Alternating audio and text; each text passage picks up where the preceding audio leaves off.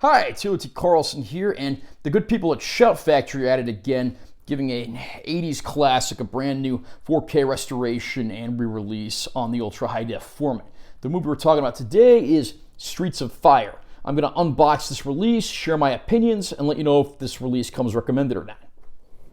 Nice close-up of the classic poster art right there. This is part of the Shout Select line, number 16 in the line to be exact. It has a pretty low number because it was previously released on Blu-ray by Shout Factory. Here's the back cover with all our movie descriptions, special features, credits, and legalese. No reversible art on this one, unfortunately. And here we have the feature film on Blu-ray, a second Blu-ray that's all bonus features, and then we have our 4K Ultra High Def disc that features the movie. I'll read the description of the film as follows from the case. Amid a brooding rock and roll landscape, the Bombers motorcycle gang, led by the vicious Raven Shattuck, Willem Dafoe, John Wick, kidnap diva Ellen Aim, Diane Lane, Man of Steel. Her hope for rescue lies with unlikely heroes, Soldier of Fortune Tom Cody, Michael Paré, Bad Moon, and his sidekick, the two-fisted beer-guzzling McCoy, Amy Madigan, the Dark Half.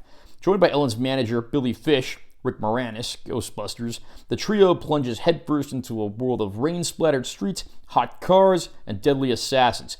This cult favorite features a razor-sharp cast and original songs written by Jim Steinman, Stevie Nicks, Tom Petty, and Ry Cooder, and performed by the Blasters and the Fix.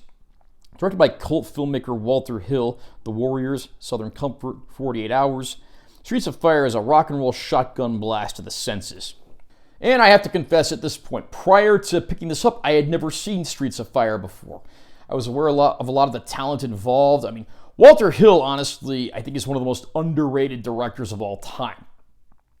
The guy can do things like The Warriors and 48 Hours, but then he could also direct, more lighthearted comedic fare like Brewster's Millions. And then the sheer amount of talent in the cast you have here is pretty surprising. I mean, you got, Michael Paré is the lead, who I don't think gets enough credit for what he does, but then you get the likes of Diane Lane, Rick Moranis, Amy Madigan, Deborah Van Valkenburg, Bill Paxton, Willem Dafoe, Rick Rossovich. I mean, the list of actors in this movie goes on, and it's very much an ensemble cast. A lot of these actors, of course, were just starting their careers at the time, but even though there is a plot to this movie, which of course involves the recovery of a singer who's been kidnapped with her estranged boyfriend hired for the gig, the plot is not really what matters here. It's the atmosphere, the visuals, and the music. And this movie delivers those like there's absolutely no tomorrow. It's very much a visual and an audio-intensive film. The plot is secondary to style. It really is a matter of style over substance, but in this case, I think that actually works to the movie's advantage. It's very entertaining, and the music's fantastic, the action scenes are fantastic, and you can't help but love these characters. The movie only clocks in at just about 90 minutes, but despite that, we really start to sympathize with the heroes of this film, and of course, truly loathe the villains. I mean, does anybody play a better villain than Willem Dafoe? I mean, even in his younger years, the guy just hits it out of the park in that regard. So I have to say, even though I was a relative newcomer to the Streets of Fire bandwagon, I'm glad I finally got to see this movie, and the 4K disc put out here by Shout Factory looks absolutely incredible. These are the kinds of movies that the 4K format and Dolby Vision were made for.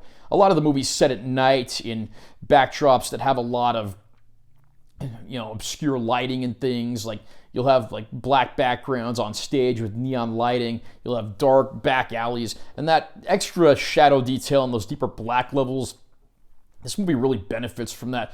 Colors are vibrant and have a lot of punch throughout, regardless of what scene you're looking at. The whole movie just looks absolutely incredible, and this new scan, Shout Factory has done a phenomenal job giving us this release. The Blu-ray disc is also the new scan that's used for the 4K disc, even though the older releases from Shout Factory actually didn't look half bad.